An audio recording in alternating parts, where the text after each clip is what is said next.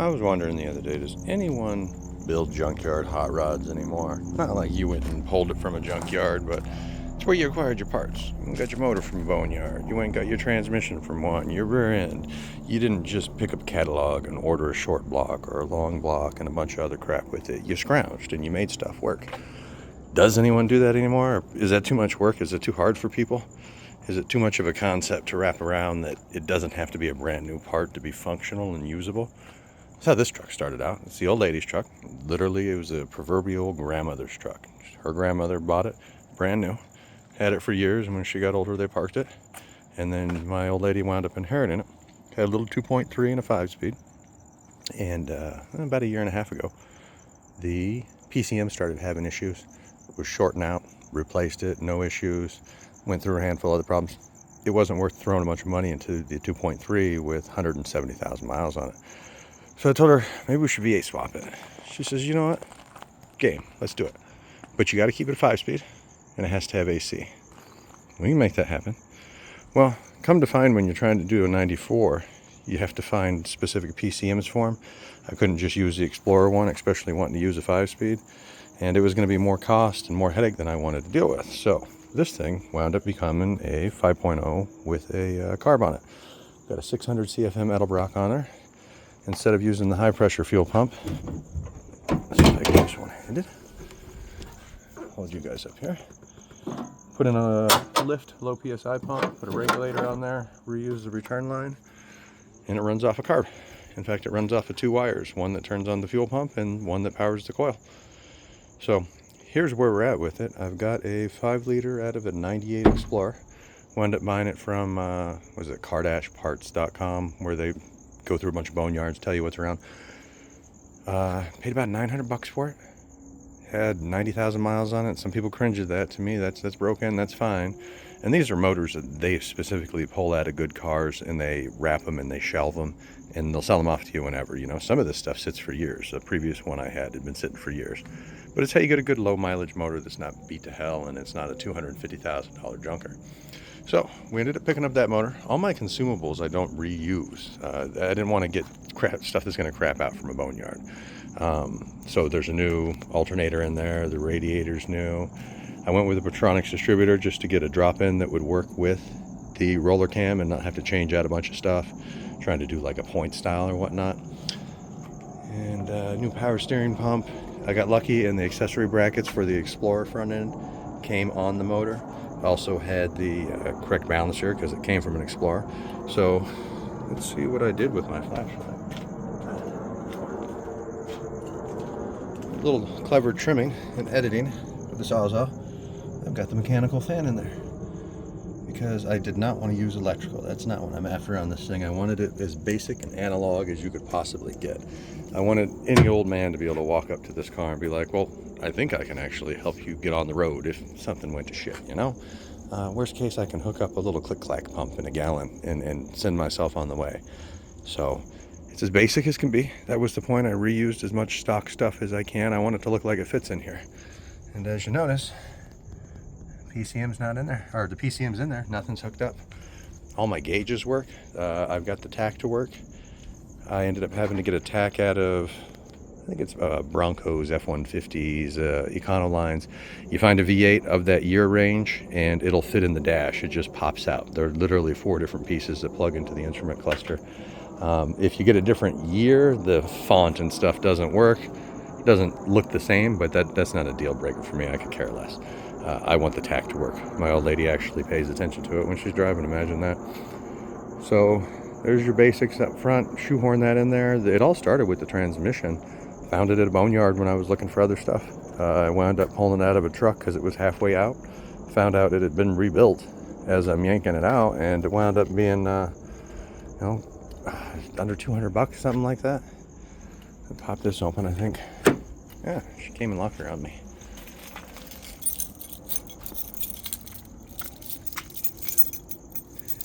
So let me show you the interior just to prove that the truck isn't some beat to tar thing.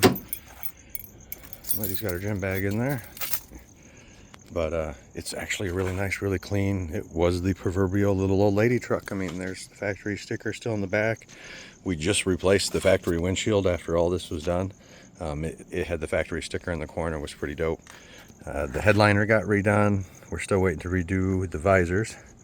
The upholstery, everything got dragged out, washed, cleaned. Found out that there's actually blue stripes and stuff in here. There's some mild staining because it wasn't steam cleaned, but that's the next venture. I mean, it's a pickup truck, man. You're gonna get it dirty. Stayed at 5-speed. I wound up using the stick and the knuckle from the F-150 so it would fit right, because it does go a little forward. I think it was a 97 I got mine out of, the M5 ODR2. Made it work, shortened up the F-150 stick, and it sits in there nice and comfortable, no headaches, no problems with driving it. Got around 1,500 miles on it. Close this sucker up. And shoot, for the exhaust, it's still got the stock Explorer manifolds because it's what fits GT40P heads, man. I'm not shelling out the kind of money guys want for headers, and headers come with headaches.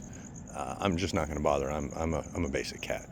The exhaust system was just a 2 1/4-inch kit that I got off of Amazon, cobbled it together. The hardest part was that tight bend right behind that Ranger logo there, where it almost wants to touch the firewall. You've got to do some trickery to get it to fit if you can't find the original pieces from like an Explorer. It was designed different than the Explorer. You look at the frames and whatnot. So that got done. You can't get a shop out here to touch this because I don't have the cats on it. And I'm not going to bother to spend that kind of money to put cats on a car that doesn't need emissions or anything like that. But in hindsight, you got to cobble together all your exhaust shit because nobody else wants to touch it. So there's a basic overview. I mean, aside from the price of the truck, the wheels I got off of Marketplace, I want to say it was about $300 for a set of 4 of them. Some guy changed his out, and I'm a torque thrust guy. It's kind of a sickness, you know. Come over to these other cars and you pick one up and then you're stuck with it. You find your favorites. But the whole reason behind doing this thing was my old lady wouldn't drive my Mustang, and I wanted her to have a toy. And now she's finally gotten behind the wheel of this for the last couple of weeks and realizes what a toy it is, and that it is hella fun. So aside from your basic overall cost to the truck, I want to say you got about $5,000 in it, from stern to stem, whatever the hell that is. And oh shit, I got a rear end for it here recently too, another junkyard part. 8.8 3.5 with the locker. Ended up getting out of yard that I was looking for other parts there, for town car parts. Found this axle I had been searching for. There he goes.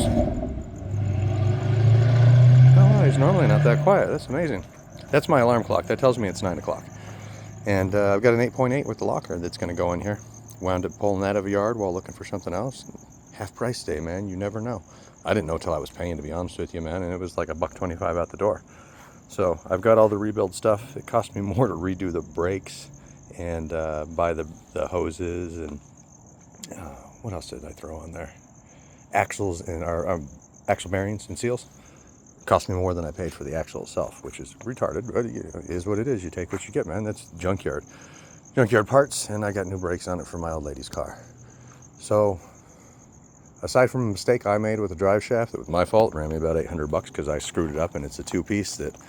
That was the only thing you can't get at junkyards. The forklifts bend them all up. They're damaged. So ended up having to eat crow on that. It cost me about $700. But let's delete that. That's my mistake. That's a learning curve, is the way I always see those things. This thing has about $5,000 in it for the whole conversion, the wheels, fixed up the brakes, did all the stuff along the lines that needed to be addressed while I was doing it. By the time this is done, the only original part from the drivetrain is going to be that drive shaft. But I got some coin in that drive shaft. It gets to stick around. The rear brakes are bumping up to the 10 by 2.5, which is it's going to be nice. It's going to be nice. I got that going for me. And once that's done and I bring the gearing down, the 411 gears is a little absurd with this M5 ODR2. We call it bro mode. If you take off in first gear and you really get on it, the truck drives absurdly out of control. It's great. It's a blast. But if you take off in second, then it just acts like a little old farm truck and does its thing like you want it to, which is pretty cool. That you can shift it up like that. But it is absurd, and I'd like to fix the mileage. It's got 411s in there. It's got a little 7.5. Helped me run the rear end in it. So the 8.8 is going to go in there, and then we'll just flog on the thing. Maybe I'll get lucky and convince her to let me take it down to Tucson when they do duct tape drags. I'll need to beat on it, but it'd be nice to run something down the strip and have a little more fun with it. Maybe I'll convince her to actually come down and take a run. So, build yourself a toy. I got, $5-6 grand into this thing overall, counting my mistake, and it's a blast. It's a rear-wheel drive V8 toy, and it's killer. Y'all have a good one. I'll get a video up of it running later, but it wouldn't sound the same me dodging back and forth.